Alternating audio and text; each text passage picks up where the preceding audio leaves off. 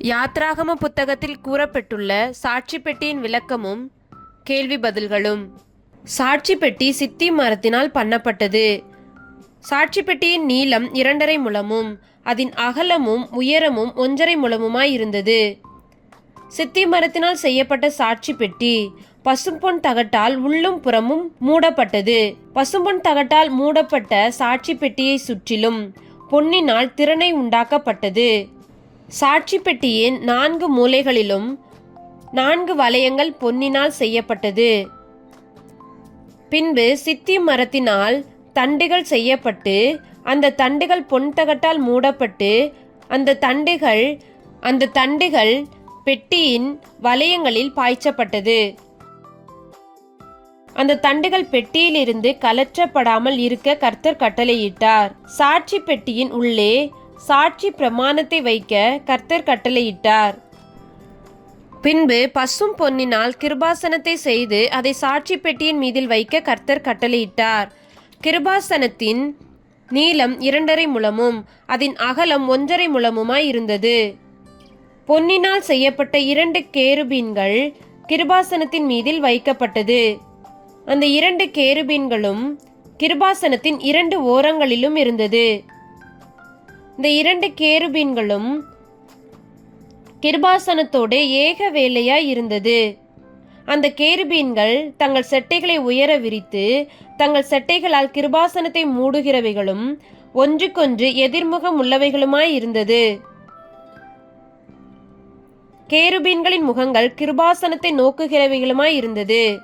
கர்த்தர் மோசேயிடம், அங்கே நான் உன்னை சந்திப்பேன், கிருபாசனத்திலும் சாட்சி பெட்டியின் மேல் நிற்கும் 2 கேருபீன்களின் நடுவிலும் இருந்து நான் இஸ்ரவேல் புத்திரருக்காக உனக்கு கற்பிக்கப் போகிறவைகளெல்லாம் உன்னோடே சொல்லுவேன் என்றார்.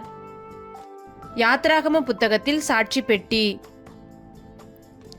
யாத்ராகமம் 25ஆம் அதிகாரம் வசனங்கள் 10 முதல் 16 வரை கர்த்தர் சீனாய் மலையில் மோசேக்கு சாட்சி பெட்டியை குறித்து காண்பித்த மாதிரி. யாத்ராகமம் 37 1 முதல் 5 வசனங்களில் மோசே பெசலெயேலுக்கு கற்பித்தபடி அவன் சாட்சி பெட்டியை செய்து முடித்தது. யாத்ராகமம் 39ஆம் அதிகாரம் 35ஆம் வசனத்தில் செய்து முடிக்கப்பட்ட சாட்சி பெட்டி மோசேயினிடத்தில் கொண்டு வரப்படுதல். யாத்ராகமம் 40 3 20 21 வசனங்களில் ஆசரிப்பு கூடாரத்தில் சாட்சி பெட்டி வைக்கப்பட வேண்டிய இடத்தை கர்த்தர் மோசேக்கு கற்பித்தலும் மோசே அந்த இடத்தில் பெட்டியை வைத்தலும். சாட்சி பெட்டியின் கேள்வி பதில்கள். கேள்வி: பெட்டியும் அதன் தண்டுகளும் எந்த மரத்தினால் செய்யப்பட வேண்டும்? பதில்: சித்தி மரத்தினால்.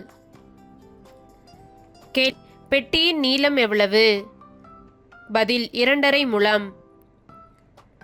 கேள்வி: பெட்டியின் அகலமும் உயரமும் எவ்வளவு? பதில்: 1.5 முழம். கேள்வி: பெட்டி எதனால் மூடப்பட வேண்டும்?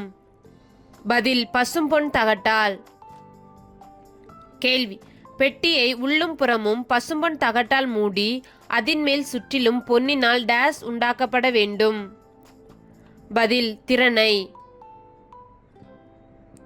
கேள்வி: பெட்டிக்கு எத்தனை பொன் வளையங்களை வார்ப்பித்து அதை பெட்டியின் மூலைகளில் போட வேண்டும்? பதில்: 4 வளையங்கள். கேள்வி: பெட்டியிலிருந்து கலற்றப்படாமல் பெட்டியின் வளையங்களிலேயே இருக்க வேண்டியது எது? பதில்: தண்டுகள். கேள்வி: பெட்டிக்குள் வைக்கப்பட வேண்டியது எது? பதில்: சாட்சி பிரமாணம். யாத்ராகம புத்தகத்தில் கிருபாசனம். யாத்ராகமம் 25ஆம் அதிகாரம் 17 முதல் 22 வசனங்களில் கர்த்தர் சீனாய் மலையில் மோசேக்கு கிருபாசனத்தை காண்பித்த மாதிரி. யாத்ராகமம் 37 6 முதல் 9 வசனங்களில் மோசே பெசலெயேலுக்கு கற்பித்தபடி அவன் கிருபாசனத்தை செய்தது. யாத்ராகமம் 39 35ஆம் வசனத்தில் செய்து முடிக்கப்பட்ட கிருபாசனம் மோசேயினிடத்தில் கொண்டு வரப்படுதல். யாத்ராகமம் 40:20 ஆசரிப்பு கூடாரத்தில் கிருபாசனம் வைக்கப்பட வேண்டிய இடத்தை கர்த்தர் மோசேக்கு கற்பித்தலும், மோசே அந்த இடத்தில் கிருபாசனத்தை வைத்தலும். கேள்வி: கிருபாசனம் எதனால் பண்ணப்பட வேண்டும்? பதில்: பசும் பொன்னினால். கேள்வி: கிருபாசனத்தின் நீளம் எவ்வளவு? பதில்: 2.5 முழம். கேள்வி: கிருபாசனத்தின் அகலம் எவ்வளவு? பதில்: 1.5 முழம். கேள்வி: தகடாய் அடிக்கப்பட்ட பொன்னினால் செய்யப்பட்டு கிருபாசனத்தின் 2 ஓரங்களிலும் வைக்கப்பட வேண்டியவை எவை? பதில்: 2 கேருபீன்கள். கேள்வி: கிருபாசனத்தின் 2 ஓரங்களிலும் அதனுடைய ஏக வேலையாய் இருக்கும்படி பண்ணப்பட வேண்டியது எது? பதில்: கேருபீன்கள். கேள்வி: கேருபீன்களின் முகங்கள் எதை நோக்குகிறவைகளாய் இருக்க வேண்டும்? பதில்: கிருபாசனத்தை. கேள்வி: தங்கள் சட்டைகளை உயர விரித்து தங்கள் சட்டைகளால் கிருபாசனத்தை மூடுகிறவைகளும் ஒன்றுக்கொன்று எதிர்முகம் உள்ளவைகளுமாய் இருந்தது எது? பதில்: கேருபீன்கள். கேள்வி: மகா பரிசுத்த ஸ்தலத்திலே சாட்சி பெட்டியின் மீதில் வைக்கப்பட வேண்டியது எது?